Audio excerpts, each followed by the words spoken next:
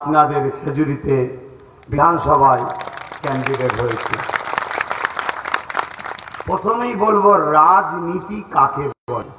কিছু বলছিলেন দাদা, আমার একটু কড়া কড়া কথা হয়, আমি নরম নরম কথা বলতে পারি না। রাজনীতি কাকে বলে?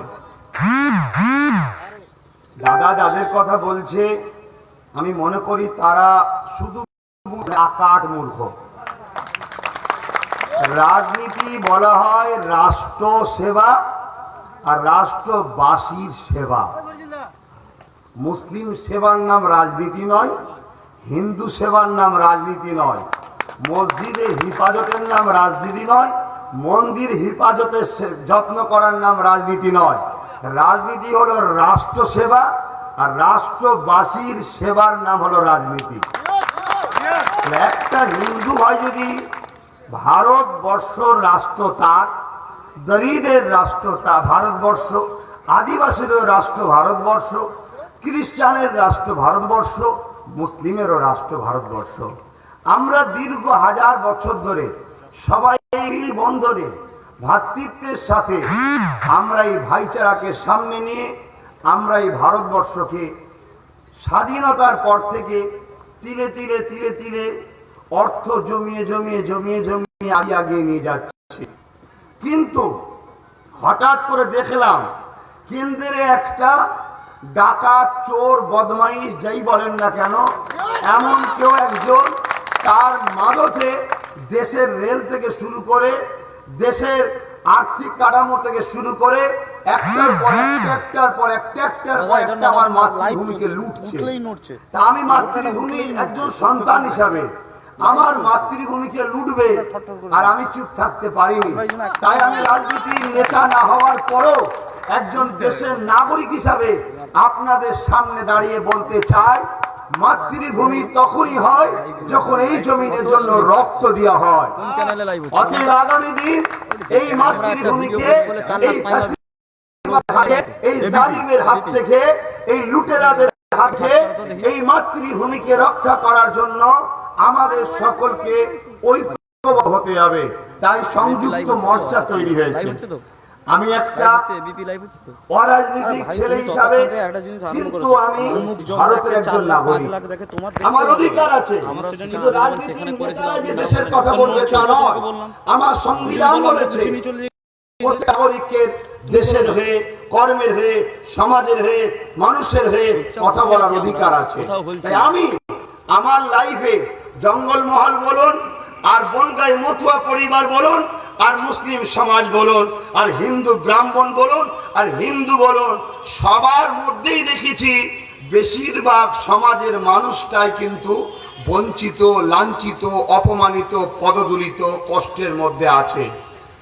আমার মনে কষ্ট হয়েছে যে আমার দেশবাসী আজকে বিপদে আছে, আমার দেশবাসী কষ্টে আছে। আমার মুসলিম শুধু কষ্টে আছে তা নয়, জঙ্গলমহলে মিথ্যা মিথ্যা কেসেতে আজও হাজার হাজার ছেলেকে এই রাজ্যে সরকার মিথ্যা কেসে জেল দিচ্ছে। তারাও আমার সঙ্গে যোগাযোগ করেছে, তাদের কাছেও আমি গেছি, আমি দেখেছি ছলনা তাদেরকে নিয়ে কিভাবে ব্যবহার করা হচ্ছে। এই সব কিছু দেখে আমার মধ্যে একটা স্বপ্ন জেগেছিল। সেই স্বপ্নটা হলো আমি একটা স্টেজ পাবো, যে স্টেজটা হবে ইন্ডিয়ান সেকুলার ফ্রন্ট। অর্থাৎ সেই স্টেজে একটা হিন্দু ব্রাহ্মণ এসেও দাঁড়াতে পারবে, একটা হিন্দু গরিব এসেও দাঁড়াতে পারবে, একটা আদিবাসী এসে দাঁড়াতে পারবে, খ্রিস্টান এসে দাঁড়াতে পারবে, মতুয়া এসে দাঁড়াতে পারবে, মুসলমান এসে দাঁড়াতে পারবে। ওই স্টেজটা কেউ বলতে পারবে না আমার, সবাইকে বলতে হবে আমাদের। অতএব ওই জায়গায় দাঁড়িয়ে থেকে সবাই নিজের মতো করে, পেটে খিদে লাগলে কষ্টটা কি হয় যার খিদা লেগেছে সেই বোঝে, ওই জায়গায় দাঁড়িয়ে তার স্বাধীনভাবে বলার অধিকার থাকবে। আর আমি থাকবো সাইডে, তার কণ্ঠকে যে ধরতে যাবে তার কালো হাত ভেঙে চুরমার করে দেবো। এটাই আমার লক্ষ্য। আমার কোনো নেতা হওয়ার শখ নাই, আর আমি কোনো এমপি মন্ত্রী হতেও আসিনি, আর কোন রাজনীতির দলের কোন পদে তো আমি নাই। আমার স্বপ্ন এটা। কেন? এটা আমার মাতৃভূমি। মাতৃভূমিকে ভালোবাসা বহুত পুণ্যের কাজ, মাতৃভূমির জন্য লড়াই করা মহৎ পুণ্যের কাজ। আজকে আমার মাতৃভূমি বেশিরভাগ মানুষ শিক্ষা থেকে পিছিয়ে, যে সমাজ একটা শরীর মনে করুন দেশটাকে, এই দেশের এই শরীরের যদি 70% পচে যায় বা খারাপ হয়, তাহলে এই শরীরটা কখনো সবল শরীর হতে পারে না। আমার দেশের 70% ছেলে তারা শিক্ষা থেকে পিছিয়ে গেছে। আমার দেশের 70% ছেলে মেয়ে তারা কর্ম হারিয়ে ফেলেছে। আমার দেশের 70% মা বাবা তারা আজকে বেকার হয়ে যাচ্ছে। যে দেশের 70% গরিব হয়ে যায়, সে দেশ কখনো পৃথিবীর বুকে ডিজিটাল দেশ হতে পারে না। অতএব সব ভণ্ডমি যারা করছে, এদেরকে জবাব দিবার জন্যই কিন্তু এই সংযুক্ত মোর্চা হয়েছে। সেই জায়গাতে আমি আওয়াজ দিয়েছিলাম যে আসুন, আমি নতুন তো করছি, আপনারা যারা পুরাতন আছেন, আপনাদের মধ্যে থেকে কারা চান আসুন আমরা ঐক্যবদ্ধ হয়ে আমার বাংলা থেকে আন্দোলন শুরু করি। আমার বাংলার নেত্রী ভাই, আমি যেটা বলছি সম্পূর্ণ আমার দায়িত্বে বলছি। এর জন্য দাদারা কেউ দায়িত্ব নয়, কারো দোষ নয়, আমি আমার দায়িত্বে বলছি। কথা বুঝে আসছে? কেন আমি ভেতরে কথা রেখে রেখে কথা বলি না ভাই, আমি স্পষ্ট কথা বলি। কারো খাই না, কারো লি না, তো কাউকে ভয় করব কেন? দেশ যখন আমার সাথে আছে, সংবিধান যখন আমার সাথে আছে, কোনো দাদার লাল চোখাই পছন্দ করি না। কথা বুঝে আসছে? কারো রক্ত চক্ষুকে ভয় করি না। আমার বাংলা নেত্রী মমতা ব্যানার্জি, তিনি দেখলাম তিনি আমাকে হজম করতে পারছে না। কেন? তিনার মাথা থেকে পায়ের তালু পর্যন্ত সবটাই হলো দুর্নীতিবাজ, কারাপশন, তুলা আমফানে খাওয়া, আর কি বলবো না, চাল চুরি থেকে শুরু করে করোনার সময় সব ভরা। তখন বাধ্য হয়ে তিনি পেরে উঠতে পারলেন না। আমার আওয়াজ কিন্তু চলতেইছে। এমন সময় দেখা যায় এই যে লাল বাম গভর্নমেন্ট, অর্থাৎ বামেদের যে শরিক দল আছে, তিনারা সবাই মিটিং করলেন। মিটিং করে বললেন যে আব্বাসের লক্ষ্য তো শিক্ষা, আমরাও চাই শিক্ষা। আব্বাসের লক্ষ্য তো কলকারখানা, বামরা বলছে আমাদেরও তো লক্ষ্য কলকারখানা। সিঙ্গুরের যদি কারখানাটা হতো, তাহলে আজকে আমার পশ্চিম বাংলার মানুষ লক্ষ লক্ষ সেখানে যেত, বাইরের রাজ্যে পশ্চিম বাংলার বিশাল সুনাম হতো। কিন্তু সেই কারখানাকে নাটক করে বন্ধ করে দিল। হঠাৎ করে শুনছি নাকি বলছে 20 বিঘে না 20 কত একটা একর জায়গায় আমি কারখানা করব। যে একবার মিথ্যা বলে তাকে যদি বিশ্বাস করো, বারবার তোমায় ঠকতে হবে। একবার যে মিথ্যা কথা বলবে, অতএব যে একবার মিথ্যা কথা বলে, আমি একটু সময় কেন এসেছি যখন একটু ভালো করে পরিষ্কার করে দিলে, তো সেই জায়গায় তখন ইনারা ঠিক করলেন যে চলো ওর সঙ্গে কথা বলা যাক। আমি একটাই কথা বললাম, আমার সঙ্গে কথা নয়, কেন আমি দলের কেউ নয়। আমি চাই পিছিয়ে পড়া গরিবদের হাতে কাজ, পিছিয়ে পড়া গরিবদের মুখে হাসি, পিছিয়ে পড়া গরিব বাচ্চাদেরকে শিক্ষা, এডুকেশন, ছেলে মেয়ে, আমি এটাই চাই। 90% ওপরে কোনো ছেলে মেয়ে নাম্বার পেলে সে ডাক্তার হোক, উকিল হোক, জজ হোক, সরকার সম্পূর্ণ তাকে ফ্রি পড়াতে হবে, এটা আমি চাই। আমি চাইছি কি, দৌবত্ব সম্পত্তি হলো হিন্দু ভাইদের। অনেকে মনে করে শুধু মুসলিম, দলিত, আদিবাসীরাই মনে গরিব। না, হিন্দু হাজার হাজার হিন্দু খেতে পায়নি, গরিব আছে। দেবত্ব সম্পত্তি তো হিন্দু ভাইদের, সেগুলো সরকার কেন নেবে? সে তো গরিবদের ঘরে দেবে, গরিব হিন্দুদের ঘরে দেবে। তাদের বাচ্চাদের পড়ার ফ্রি ব্যবস্থা করো, তাদের বাচ্চাদের চিকিৎসার ফ্রি ব্যবস্থা করো। এবারে হয়তো কারো মনে হতে পারে, কেন এই যে স্বাস্থ্য সাথী কার্ড হয়েছে, স্বাস্থ্য সাথী কার্ডটা হলো ইন্টারন্যাশনাল চিটিংবাজি, ঢপ ছাড়ার কিছু নয়। যদি বলেন কেন, আমি চুক্তিতে বলে দিচ্ছি, আমি যদি ভুল বলি, আমার দেশের আইন ব্যবস্থা আছে, আমার নামে মামলা হবে, কেস হবে। আমি যেই লাটসাহেব হই না কেন, দেশের ওপরে আমি নয়, সংবিধানের ওপরে আমি নয়, আমার নামেও বিচার হবে। আমি যাবো কোর্টকে, জবাব দেবো, কিন্তু জবাব দিতে হবে। আজকে আপনাদেরকে জিজ্ঞেস করছি, বলছে 10 কোটি লোককে স্বাস্থ্যসাথী কার্ড দেওয়া হবে, তাহলে পার ক্যান্ডিডেট, পার মাথা পিছু পরিবারে কত করে দেবে? 5 লাখ। কখনো বলছে কিছু শোনা গেছে 2 লাখটাই যদি আমি ধরা হয়, 2 লাখ কত? 10 কোটিকে দেবে। 10 কোটি থেকে আমি 9.5 কোটি বাদ দিলাম, রইল 50 লক্ষ। 50 লক্ষ ইন্টু 2 কোটি কত হচ্ছে? 1 লক্ষ কোটি। কত হচ্ছে? 1 লক্ষ কোটি বাজেট করেছে কত? 8,000 কিছু প্লাস, আমি রাউন্ড ফিগারে ধরছি 10,000। বলুন তো ভাই, ব্যক্তিগত কারোর সঙ্গে আমার রাগ নাই, আমি অন্য সমাজের মানুষ, অন্য সমাজ বলতে অন্য জগতের, কিন্তু আমি এই দুর্নীতি দেখে থাকতে পারিনি। তাই আমি যে নাগরিক হিসেবে আমার দায়িত্ব আমার মাতৃভূমির ইজ্জতকে রক্ষা করা। এই চোর চিটিংবাজের জন্য আমার দেশ বদনাম হচ্ছে, এই দেশকে বাঁচাবার জন্য চেষ্টা করছি। এবারে কেউ যদি বলে মুসলমান ও দেশের জন্য কথা বলবে কেন? সংবিধানের কোথায় লেখা আছে দেশের জন্য মুসলমান কথা বলতে পারবে না? আশফাকুল্লাহ খানকে কি আপনি বাদ দিতে পারবেন? বাসের কেল্লা হাফেজ তিতুমিরকে বাদ দিতে পারবেন? তারা যদি গান্ধী বাবুকে সাথে করে চলতে পারে, নেতাজিকে সাথে করে চলতে পারে, আজ আমি কেন পারবো না আমার হিন্দু দলিত আদিবাসী ভাইদেরকে সাথে করে চলতে?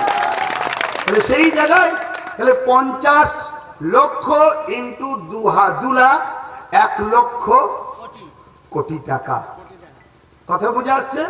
তাহলে 1 লক্ষ কোটি টাকা বাজেট, 10,000 কোটি কমপক্ষে বলছি গ্রাউন্ড ফিগারে, তাহলে 90,000 কোটি কোথা থেকে পাবে?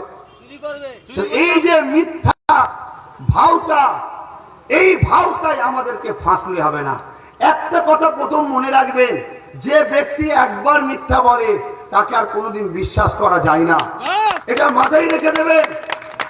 আজকে চলে আসুন, যে কথাটা আমাকে বলা হলো যে মীনাক্ষী মুখার্জি নন্দীগ্রামের প্রার্থীটা আমাদেরকে দেওয়া হয়েছিল, আমরা জোর করেই নিয়ে যা, কথা বুঝে আসছে। কিন্তু তিনারা বারবার বলেছিলেন যে ওখান থেকে আমরা একটা এমন চমক মুখ দিতে চাইছি বাংলায়, যে মুখটাকে অনেক মানুষ সবাই চেনে, সবাই ভালোবাসে, প্রত্যেক পার্টির লোকেরা ভালোবাসে, এমন একটা মুখ আমরা দিতে চাইছি। কিন্তু তারপরে আমরা ভেবেছিলাম যে ওইখানে আমরা লড়াই করে দুটোকেই গোল দিয়ে বাইরে বার করব, ভেবেছিলাম আমরা। কিন্তু যখন বারবার বিমানদার মতো বয়স্ক মানুষ বারবার যখন বলল আমাদের যে চেয়ারম্যান নওশাদ সিদ্দিকীকে, তখন বারবার ও আমাকে বলছে, কিন্তু আমি একটাই টিপ ধরে আছি, না লবো।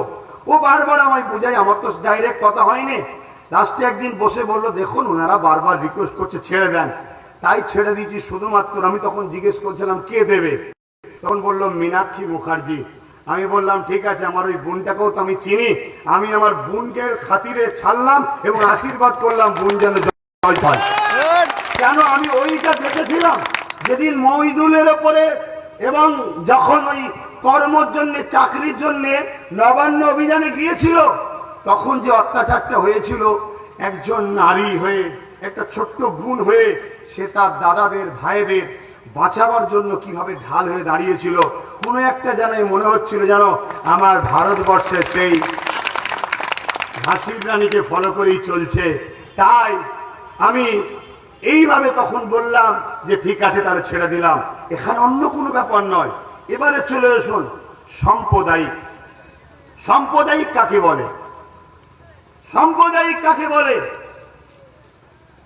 আজকে এই দলটাকে যদি কেউ বলে মুসলমানের দল, এই দলের প্রেসিডেন্ট, আমার দাদা একটুখানি হয়তো মিস্টেক করেছে, ভুল বলবো না, দলের প্রেসিডেন্ট হচ্ছে শ্রীমল সোরেন, চেয়ারম্যান হলো নওশাদ সিদ্দিকী, এবং সম্পাদকের জায়গা এখনো ফাঁকা আছে। আমরা চাইছি খুব বড় মাপের একটা হিন্দু সমাজের কোন যুবককে ওই জায়গাটা আমরা দেবো। তাই কথা বুঝে আসছে, খুব বড় মাপের হেভি ওয়েটের একটা মানুষ খুঁজতে চাইছি। কেন, দল করতে গেলে পরিচিত মুখ থাকা দরকার, তো সেটা চলছে। আর আমরা এখন ওই খুঁজতে যদি সময় করে দিই, একদম ইলেকশন হঠাৎ করে এসে গেছে, তাহলে সেই জায়গায় গুছিয়ে উঠতে পারবো না। এই জায়গায় সাম্প্রদায়িক বলে তকমা দিচ্ছে। কে দিচ্ছে? নাম বললো, নিশ্চয়ই শুনেছেন। এক কথায় দিদি মুদির দলের লোকেরা দিচ্ছে। কেন দিচ্ছে শুনে রেখে দেন, উভয়ের জবান জব্দ ব্রিগেডে হয়ে গেছে। কথা বুঝে এসছে? উনি অত টাকা খরচ করে বিদেশ থেকে অনেককে নিয়ে এসে, বাইরের রাজ্যের থেকে অনেককে নিয়ে এসে, তারপরও ব্রিগেড ফাঁকা। কথা বুঝছেন না? সেই জায়গায় ওনারও অবস্থা খারাপ। আর ইনি যেটা চেয়েছিলেন, 10 বছরের টেন্ডার নিয়েছিলেন, 10 বছরের পরিবেশ ঠিক করব, সুন্দর করে তৈরি করে 10 বছর পরে আপনার হাতে তুলে দেবো। এই যে দিদিমণির সেটিং ছিল, দিদিমুদির এই সেটিংটাকে একেবারে বলতে পারেন সব ঘেটে ঘর করে দিয়েছি আমি। এই জন্য সব টার্গেট এখন আমার উপরে, এই জন্য ঘুরতে ফিরতে টার্গেট আমার উপরে। আর এখন ইনারা অর্থাৎ বাম শরিক দলের দাদারা ধন্যবাদ জানাই যে দেশবাসীর মনের কথাটা বুঝতে পেরেছে। একসাথে আমরা হয়ে গেছি, দেখছে যা ও একা হলে নয় তবুও কিছু একটা করা যেত, সবাই তো এক হয়ে গেল। এবারে কি হবে? এই এখন ইনাদের পিছনে লেগে গেছে, সম্প্রদায়কে নিয়েছে, মুসলমানকে নিয়েছে, হ্যান ত্যান সিদ্দিকুল্লাহ মাথায় টুপি দিয়ে মৌলী সাহেবটাকে নিয়ে দিদি ঘর করছে কি করে? হ্যাঁ, একজন দেশপ্রেমিক, দেশকে ভালোবাসি, মাতৃভূমির সন্তান আমি তাই দেশের জন্য লড়তে এসেছি। আমি এমএলএ মন্ত্রীর টিকিটে দাঁড়াতে এসেছি। কথা বুঝছেন না, বোঝেন না? কথা বুঝা সেই রকম বহু ধর্মের ঘরের ছেলেরা তারা রাজনীতি করেটাকে আমি খারাপ বলছি না, অধিকার আছে। সংবিধান যখন বাধা দেয় সেই বিষয়ে কথা বলাটাই হলো সংবিধান বিরোধী। সংবিধান বিরোধী যে হয় আমি মনে করি সে দেশদ্রোহী। কথা বুঝতে পারছেন? তো সেই জায়গাতে আমি এরা এই কথা বলছে। এবারে আমি একটু বলি, আপনারা শুনুন। সেটা হলো এটাই, দিদিমণির বিষয়টা বলছি। যিনি আজকে বাংলায় 2011 আসলেন, কত আদা করেছিলেন মনে আছে? 10 লক্ষ লোকের চাকরি পার বছরে বলেছিল না? আপনারা শুনেছিলেন তো নাকি? বলেছিল তো নাকি? চাকরি পেয়েছেন তো নাকি? বছরে 10 লাখ হলে কত হচ্ছে? চাকরি পেয়েছেন? আর সেন্টারে উনি কি বলেছিলেন? পার বছরে পেয়েছে কেউ? দুজনের মধ্যে মিলটা দেখুন। কথা বুঝছেন না? উনি বলেছিলেন এমনি এমনি 15 লক্ষ করে টাকা খাতায় চলে যাবে। বুঝতে পারছেন না? পেয়েছেন তো 15 লক্ষ। একটা কেউ যদি পেয়ে থাকেন বলুন তাকে আমি আরো 15 লক্ষ আমি দেবো, ব্যক্তিগত পার্টি থেকে না, আমি দেবো। একটা কেউ পেয়েছেন? কথা বুঝে আসছে? এই জায়গায় আমার বাংলায় 22 বছর কংগ্রেস, কম বেশি 34 বছর বামফ্রন্ট। আমরা কখনো দেখিনি যে মুসলিম, হিন্দু, দলিত, আদিবাসীর কখনো বিধাভেদ, বিভাজন দেখিনি। কিন্তু যখনই দিদিমণি আসলেন সর্বপ্রথম বিভাজন শুরু করে দিলেন ইমামদের ভাতা দিয়ে। এবার আপনি ভাববেন, আপনি ইমাম সাহেব, আপনাকে ভাতা দিয়েছে, আপনার তো খুশি হওয়া দরকার। সর্বপ্রথম বলবো আমি ভাতা পাইনি, আর ভাতা নিইনি, ভাতা নেব না। কেন? রাজকোষ থেকে কাউকে কিছু দিবার অধিকার সিএমেরও নাই। কেন? রাজকোষটা হলো বাংলার এবং দেশের জনগণের টাকাকে ফালতু খরচ করার অধিকার কারো নাই। এবার যদি বলেন ওয়াকফ সম্পত্তি থেকে দিয়েছে, ওয়াকফ সম্পত্তি তো আমার বাপের টাকা, দিদি কোথা দিল? কথা বুঝছেন না? যদি বলেন বন দপ্তর থেকে দিয়েছে, ও তো মতুয়াদের পরিবার, কি বলে আদিবাসী ভাইদের বাবা কালীর টাকা, তাহলে দিদি কোথা দিল? দিদি বলেন দেওবর্ত সম্পত্তি থেকে দিচ্ছে, দেওবর্ত সম্পত্তিতে হিন্দু ভাইদের বাবা কালীর টাকা, তাহলে দিদি কোথায় দিল? আমাদেরই তো। আজকে ইমাম সাহেব কেউ যদি দূরে কাছে শুনে থাকেন, শুনুন, আজকে একটা কথা বলি। 2500 টাকা মাসে ভাতা, বছরে 30,000 হয়, তাই তো নাকি? অঙ্কে খুব একটা কাঁচা ছিলাম না। 30,000 টাকা হয়। আর ওই ইমাম সাহেবের ঘরে একটা ছেলে রয়েছে, বিএ পাস, চাকরি নেই। 30,000 পেয়ে খুব খুশি। বছরে মাসে 2,500। যদি এই যুবকটা চাকরি পেত, মাসে কম করে 20 থেকে 30,000, তুমি বছরে যেটা পাও। কিন্তু আমরা এতই বোকা, 30,000 পেয়ে তুষণে খুশি হয়ে গেছি। এইভাবে একটার পর একটা যখন দুর্নীতি করতে লাগলো, আমি দেখতেই লাগলাম। কিন্তু যখন এনআরসি, এনপিআরসি এর ব্যাপার এলো, তখন আমি কলিকাতার প্রেস ক্লাবে গিয়ে বলেছিলাম যে বাংলার নেত্রী আপনি বর্তমান, বিগত দিন বাম গভর্নমেন্ট ছিল, তার আগে কংগ্রেস গভর্নমেন্ট ছিল, যে যখন গভর্নমেন্ট থাকে তার কাছে চাওয়া হয়। আজ আপনার কাছে আমার দাবি, বামফ্রন্ট বলেছে আপনাকে সাথ দেবে, কংগ্রেসও সেই সময় বলেছিল মানুষের স্বার্থে বিধানসভা একটা রেজুলেশন পাস করুন, আমরা সাথ দেব। আপনি আপনার এমএলএদের নিয়ে একটা রেজুলেশন করে সুপ্রিম কোর্টে গিয়ে কেস করুন, যাতে আমার বাংলায় নাগরিকত্ব যেন না কেড়ে নেওয়া হয়, নাগরিকরা বিপদে না পড়ে।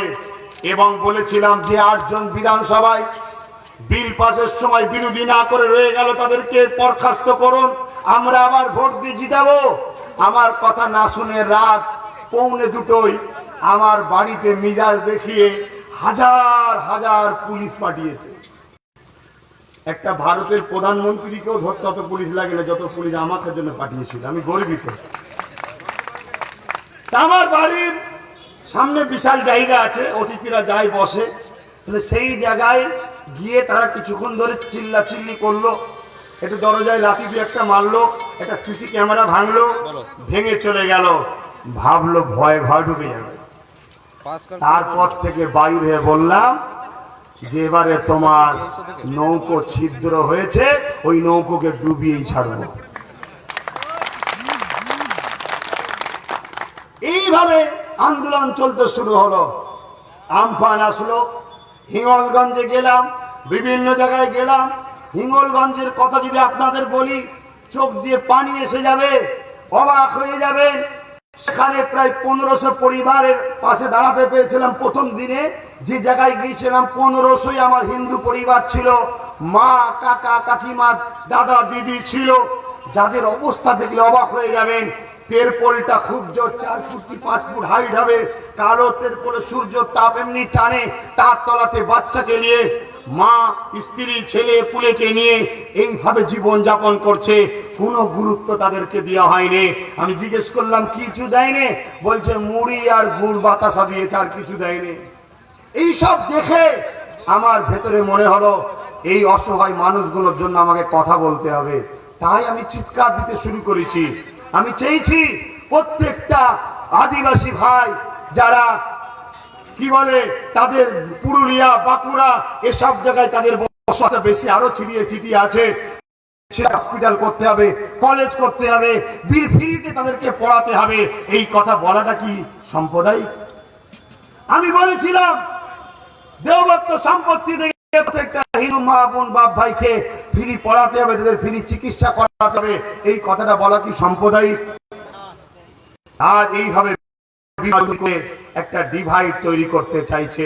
তবে মনে রাখবেন, আপনারা যদি মনে করেন উত্তরপ্রদেশ হবে আমার বাংলা, গুজরাট হবে আমার বাংলা, যদি মনে করেন তাহলে আপনারা দিদিকে ভোট দেবেন। কেন? দিদিকে ভোট দেওয়া মানে বিজেপির উপকার হবে, আর বিজেপিকে ভোট দেওয়া মানে আমার বাংলাকে উত্তরপ্রদেশ এবং গুজরাট বানিয়ে এরা ছাড়বে। অলরেডি বলে বেড়াচ্ছে গুজরাট মডেল করব, তারাই তো বলছে। গুজরাট মডেল মানে কি? মায়ের পেট থেকে কেটে বাচ্চাকে বার করা, তার উপরে টাঙিয়ে দেওয়া। আজকে বলুন, কোন একটা পরিবেশ আমরা 2 ভাই বসবাস করছি, আপনারা 10 জন মিলে আমায় মারলেন, আমি তো সব সময় খুঁজবো কখন আপনাকে একবার সোধটা লিয়া যায়, ঠিক না বেঠিক? এই সমাজে বসবাস করে কেউ শান্তি পায়? আর সবচেয়ে বড় কথা আমি যেটা মনে করি সেটা হলো এটাই, আপনি কে আর আমি কে? আপনি কে আর আমি কে?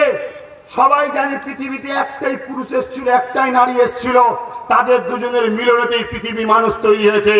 আপনারও বাবা যে আমারও বাবা সে, আপনারও মা সে আমারও মা সে, তাহলে আমরা তো ভাই ভাই, আমাদের মধ্যে কাটাকাটি হবে কেন?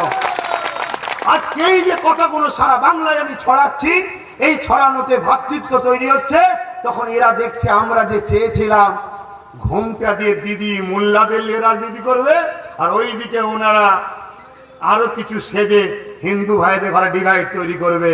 কিন্তু আব্বাস তো দেখছি দুজনকে জুড়ে দিচ্ছে, দুজন দুদিক দিয়ে আমাকে বলছে সাম্প্রদায়িক। এই জায়গায় দাঁড়িয়ে থেকে আমি আর বেশি সময় নিচ্ছি না, কেন কর্মী সভাটা জনসভায় আসবো, তখন আরো বলবো, আরো শুনবেন। কি আসবো তো নাকি না? সাম্প্রদায়িক বলে বাধ্য দিলেন। কেউ কিছু বলাতে আপনারা কি এতটাই মানে খোঁজ খবর কম রাখেন? আপনাদের তো খোঁজ খবর রাখতে হবে। আর একটা কথা মনে রাখবেন, আমার কিছু ভিডিওকে এরা এডিটিং করে ছোট ছোট করে কেটে এডিট করে ভাইরাল করছে, যাতে সমাজের বুকে আপনাদের মন থেকে আপনাদের বাচ্চাকে সরাতে পারে, আপনাদের ভাইকে সরাতে পারে, এটা চেষ্টা করছে। আপনি জানেন কি জানি না, ডানকুনির পাশে একটা জায়গা আছে, যে জায়গাতে ভুল বুঝি করে যাই হোক যে কোনো কারণে দেখা যাচ্ছে কিছু মানুষ একটা মসজিদের উপরে চড়াও হয়, হওয়ার পর দুটো সম্প্রদায় বিশাল অশান্তি হয়। সেখানে না কোনো টিএমসি থেকে কোন অন্য দল থেকে কেউ গিয়েছিল, সেই জায়গায় তখন আমার দল ঘোষণা করিনি, আমি নিজে গিয়েছিলাম, উভয় দলকে বুঝিয়েছিলাম যে দেখুন কেউ একজন গুড় লাগিয়ে দিল, তারপরে পিঁপড়ে আসলো, মাছি আসলো, পোকা আসলো, ব্যাঙ আসলো, তারপরে সাপ আসলো, কিন্তু যে গুড় লাগায় সে কিন্তু পালিয়ে যায়। অতএব কোনো জায়গায় যখন ফেতনা হয়, 2-5 জন 50, 1 লাখ 2 লাখ টাকা দিয়ে ফেতনাটা লাগায়, লাগিয়ে দিয়ে সে পালিয়ে যায়। যতজন তারপরে বিপদে পড়ে, সে মুসলিম হোক আর হিন্দু হোক, আদিবাসী হোক, দলিত হোক, সব কিন্তু নির্দোষ। এটা ঘটে না? অতএব সেই জায়গায় আমি বলেছিলাম যে আপনারা প্রতিটা গ্রামে গ্রামে ইউনিট করুন, গ্রুপ করুন, লিডার তৈরি করুন, মোড়ল করুন। কিছু হলেই সঙ্গে সঙ্গে হই হই করে নেমে পড়বেন না, আগে ঠান্ডা মাথায় বুঝুন, জানুন কি হয়েছে, তারপরে আগান। কেন একটা নির্দোষকে মারা মানে পুরো মানুষ্য জাতির জুলুম করা, আর একটা নির্দোষকে ভালোবাসা মানে পুরো মানুষ্য জাতিকে ভালোবাসা। এইভাবে প্রচার করে সেই সমাজে একটা শান্তির ব্যবস্থা তৈরি করলাম। এটা কি সাম্প্রদায়িক? এইটা শুধুমাত্র লক্ষ্য একটাই, যে আমাকে মানুষের কাছ থেকে সরানো, আর আমাদের যে সংযুক্ত মোর্চা, সেই মোর্চা থেকে মানুষকে সরিয়ে দিও। কেন এতদিন শুনে আসছিলাম, কেউ বলছিল 200 পাবো, আর কেউ বলছিল 220 পাবো। আর আমরা কিন্তু একটাই বলে দিচ্ছি, জনগণ যেটা দেবে তাতেই খুশি। আমরা কি বলেছি না বলিনি? আমরা নিজে থেকে বলি, জনগণকে বন্দুক বোম দেখাবো না তো, যারা দেখাবে তারা আগে থেকে ঠিক করে আমরা 200 পাবো, কেউ বলছে 220 পাবো। কেন কেউ ভাবছে আমি তুই যাকেই দিস পড়বি তো আমার কাছে, তাই সে নিজে থেকে বলছে 200। আর আরেকজন তো জানে ও 200 যাই বলো, আমরা দুজন তো এক পরিবারের। কেন আমি তো রেল মিনিস্টার বিজেপি থেকেই ছিলাম, আব্বাস সিদ্দিকী ছিল না, দিদি ছিল বিজেপি থেকে রেল মিনিস্টার। এবং আনন্দবাজার পত্রিকার ফ্রন্ট পেজে দিদি নিজে বলেছে, বক্তা বিজেপিকে ফন্ডে এনে লড়বো। বক্তা হলো মমতা। দেখেন না আনন্দবাজার? কি দেখেছেন না দেখেন? 3 নম্বর কথা হলো, পঞ্চায়েত ভোটের সময় বিরোধী শূন্যর নামে বাম কংগ্রেসকে মেরে ঘরে ঢুকিয়ে দিল, কিন্তু বিজেপি নমিনেশন দিয়েছিল, ওদেরকে কি বাধা দিয়েছিল? কেন খালাতো ভাই ফুফুতো ভাই মিলেমিশে থাকলে আমাদের উভয়ের লাভ আছে, তাই মিলেমিশে ছিল। কিন্তু এইভাবে যখন বাংলার অলিতে গলিতে যেখানে গেছি, এদের দুজনের নাটকটা যখন ভেঙে দিয়েছি, সেই সব জায়গার মানুষ যখন জেগে যাচ্ছে, তখন তারা দেখছে যে কে রুখতে হবে। রুখতে গেলে সুন্দর কথা, সেটা কি? মোল্লা পাড়ায় গিয়ে বলে বিজেপি থেকে টাকা নিয়ে ভোট কাটছে, আর হিন্দু পাড়ায় গিয়ে বলে ও সাম্প্রদায়িক মোল্লা। এছাড়া ওদের কাছে কিছু পুঁজি নেই। কত দম আছে আমার নামে কেস করে দেখাও না, দেখি কি ভুল বলেছি, তাহলে জানবো তুমি সিএম, তুমি পিএম, তোমার দম আছে। কেন তোমরা তো বিশাল বড় জায়গায় বসে আছো, আমরা তো মানুষের ভালোবাসা নিয়ে নিশোতে আছি। করো না দেখি। যে কথা বলে গেলাম, শত শেষ কথা আপনাদেরকে বলে যাব, সেটা হচ্ছে এটাই, আমরা জানি না কটা সিট পাবো। কাউকে মিথ্যা বলে প্ররোচনা দেওয়া কম করে আমার তো কোনো শখ নাই, কিন্তু বর্তমান যেসব মিডিয়া, তাদের মধ্যে থেকে বেশিরভাগ অনেকে বলছিল 2021-এ বিজেপি আসছে, কে বলছিল মমতা আসছে, এখন তারাই বলছে সংযুক্ত মোর্চা ব্রিগেডের পরে পুরো মোড় ঘুরে নিয়ে 180টা আসছে। আমি বলিনি, তারা বলছে। তবে এখন কর্মী সভাতে যদি বলে 180টা আসছে, তাহলে জনসভা হলে তারা কি বলবে? যে বিরোধী আর খুঁজে পাওয়া যাচ্ছে না। হ্যাঁ, এটাই হবে। তাই প্রত্যেকটা মা বাবা, দিদি দাদা ভাই বোন, আব্বা আম্মু, যে একজন এক এক ভাষায় ডাকে, প্রত্যেকটা দেশবাসী, আমার বাংলার সন্তান, আমার বাংলার মা বেটি বোন, সবাইকে বলবো লোভ করবেন না। খামের মধ্যে 5000 আসবে, আমি দিতে পারবো না 5 টাকাও, কিন্তু আমার কোনো বিপদ আসলে অবশ্যই 20,000 পাবেন। আর এখন যদি 500 নিয়ে সরকার করে ফেলেন, তখন আফসোস করতে হবে যে কি হলো, কেন আপনাকে তো কিনা হয়েছে। অতএব ভোটের সময় একটা প্রতিজ্ঞা নেন, একটা ভোট আপনার দেশের জন্য, একটা ভোট আপনার বাচ্চার ভবিষ্যতের জন্য, একটা ভোট আপনার বেটির ইজ্জত বাঁচাবার জন্য, একটা ভোট কলকারখানার জন্য, একটা ভোট যুবকদের কর্মের জন্য, একটা ভোট বুড়েদের চাকরির জন্য, একটা ভোট লেডি ডাক্তার হবে আমার বোনেরা। এই স্বপ্ন নিয়ে ভোটটাকে বিক্রি করবেন না। কেন সময় এসেছে, কিছু পাইকি বেরোবে, তারা কন্ট্যাক্ট করে গভর্নমেন্ট অনেক নেতাদের সাথে যে আপনাকে জিতিয়ে দেবো, 10 কোটি খরচ করব, জিতার পরে এমএলএ হলে আপনি 20 কোটি লোকের কাছ থেকে তুলে আমায় দেবেন বলুন, তাই এখন 10 কোটি খরচ করব। তারা কি করে, বাড়ি বাড়ি গিয়ে টাকা দেয়। অতএব ওই টাকা নিয়ে যদি ভোট বিক্রি করেন, জানবেন 5,000 দিলে 10,000 আপনার থেকেই তুলবে, 10,000 দিলে 20,000 তুলবে। তাই যারা ভোট কিনতে আসবে প্রতিজ্ঞা নেন, আর যাকে দিয়ে দেব তাকে কমসে কম একটাও ভোট দেবো না। প্রতিজ্ঞা নিচ্ছেন তো নাকি? অনেক কষ্ট করে আমার দিতে এসেছি, হাত তুলে বলেন প্রতিজ্ঞা নিচ্ছেন? যারা ভোট কিনতে আসবে অন্যকে দেবেন, কমসে কম তাকে দেবো না। কথা দিচ্ছেন তো নাকি? এই কর্মী সভা থেকে বলে যায়, মনে রাখবেন, যা দেবে নিয়ে নেবেন, যা দেবে নিয়ে নেবেন। 10,000 দিই, 20,000 দিই, 1 লাখ দিই, 2 লাখ দিই, ট্যাব দিই, বাইক দিই, মোবাইল দিই, ঘর দিই, যা দিই নিয়ে নেবেন। জানবেন, নিয়ে যদি তাকে জিতান আপনার থেকে শোধ করবে। নিয়ে ভোটটা সংযুক্ত মোর্চাকে দিয়ে, আমার দাদা হিমাংশুদাকে দিয়ে জিতাবেন, তাহলে সে হেরে যাবে, আপনাকে চোখ দেখাতে পারবে না, 10,000-এর শোধটা আর তুলতে পারবে না। পাওয়ার তো চাই, কুর্তির পাওয়ার, থাকে। তবে আমি আবার বলে যাই, দাদাদের সঙ্গে আমার একটাই কথা হয়েছে, কি আমাকে একটা পায়া দেবেন। সেই জায়গায় একটা জায়গা হয়েছে, তাই আমরা একসাথে হয়েছি। আমাদের লক্ষ্য এমন একটা বাংলা, যে বাংলা দেশ ও সংবিধান যে অধিকার দিয়েছে, ওই অধিকার মানুষকে আমরা দেবো। হঠাৎ করে শুনলাম ডিম ভাত খাওয়াচ্ছে 5 টাকায়।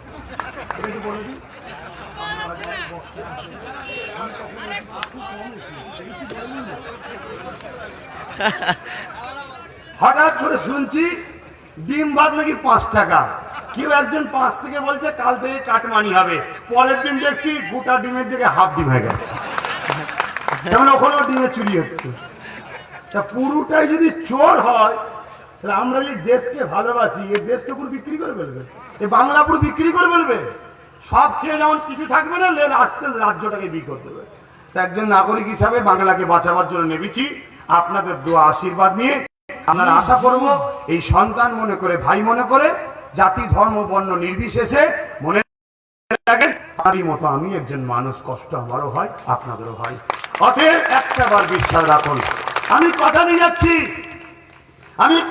যাচ্ছি, আপনি আমার হিমাংশুদাকে জিতান, এখানে কথা দিয়ে যাচ্ছি। আমার বাড়ি দূরে হতে পারে, বাংলা সিএম এর ঘুম যদি কাটতে পারি, আমি যখন কথা দিয়েছি কোনো সমস্যায় পড়লে আগামী দিনও আপনার পাশে আছি। কেন আমি কোনো নেতা নয়। তাই একদম চোখ মুজে বিশ্বাস রাখতে পারেন এই সন্তানটার উপরে, ভাইটার উপরে। কথা দিয়ে যাচ্ছি, পাশে আসবো, বাস। অতএব এইরকম অনেক কিছু চলবে, অনেক কিছু সোশ্যাল মিডিয়ায় ভাইরাল করবে, কিন্তু সব দেখবেন কাটিং, ছোট ছোট ছোট ছোট কাটিং। অতএব সেই জায়গায় নন্দীগ্রামে কাকে ভোট দেবেন? এখানে নন্দীগ্রাম নয়, জানি এটা খেজুরি, একদম বর্ডারে। তারপরে বলছি, দূরে রিসিভে যাবে হয়তো। নন্দীগ্রামে কাকে ভোট দেবেন? দিদিকে। দিদিকে ভোট দেন। আমি বলছি, ধরুন কারো মনে যদি থাকে দিদিকে ভোট দেবেন, দিদি জিতার পরে যদি বিজেপিতে চলে যায়, হয়তো হলো, দিদি বলে হয়তো হলো, কেন বিহারে হলো তো, জিতার পরে বিজেপির সঙ্গে মিশে গেল না? বিহারে হয়েছে না, হয়নি? আর দিদি তো বিজেপির ঘরেরই লোক, জানেন তো নাকি?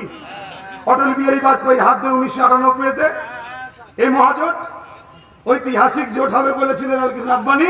ঐতিহাসিক জোট হচ্ছে খেলার নামে মানুষকে বোকা বানিয়ে বিজেপিকে আনা, এটা তো ঐতিহাসিক জোট। কথা বুঝে আসছে?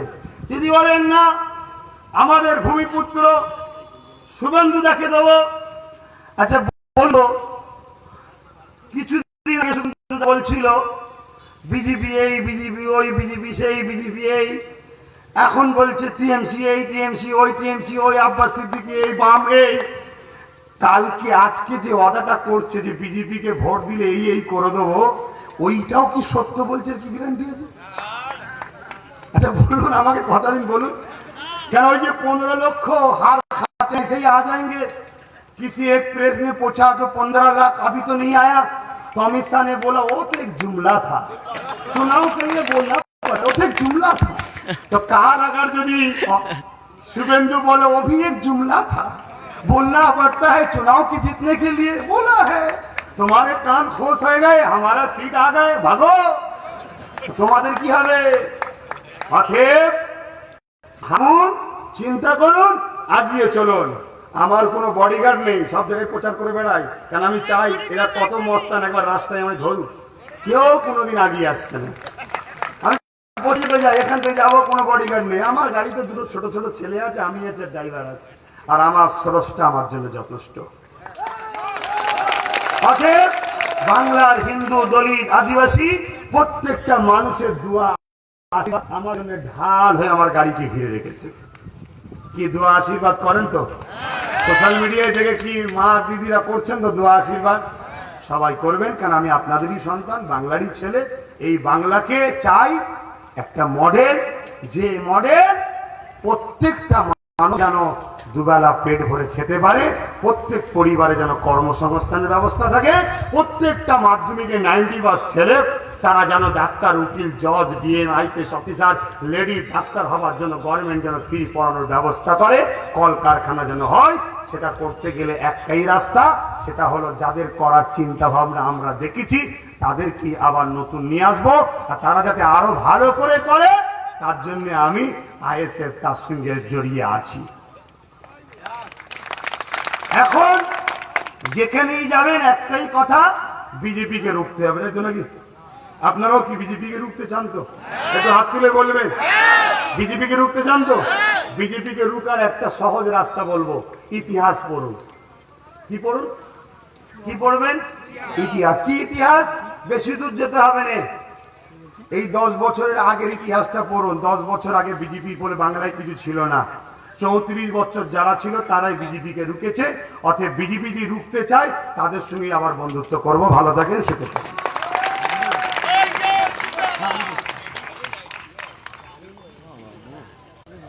আপনাদের সামনে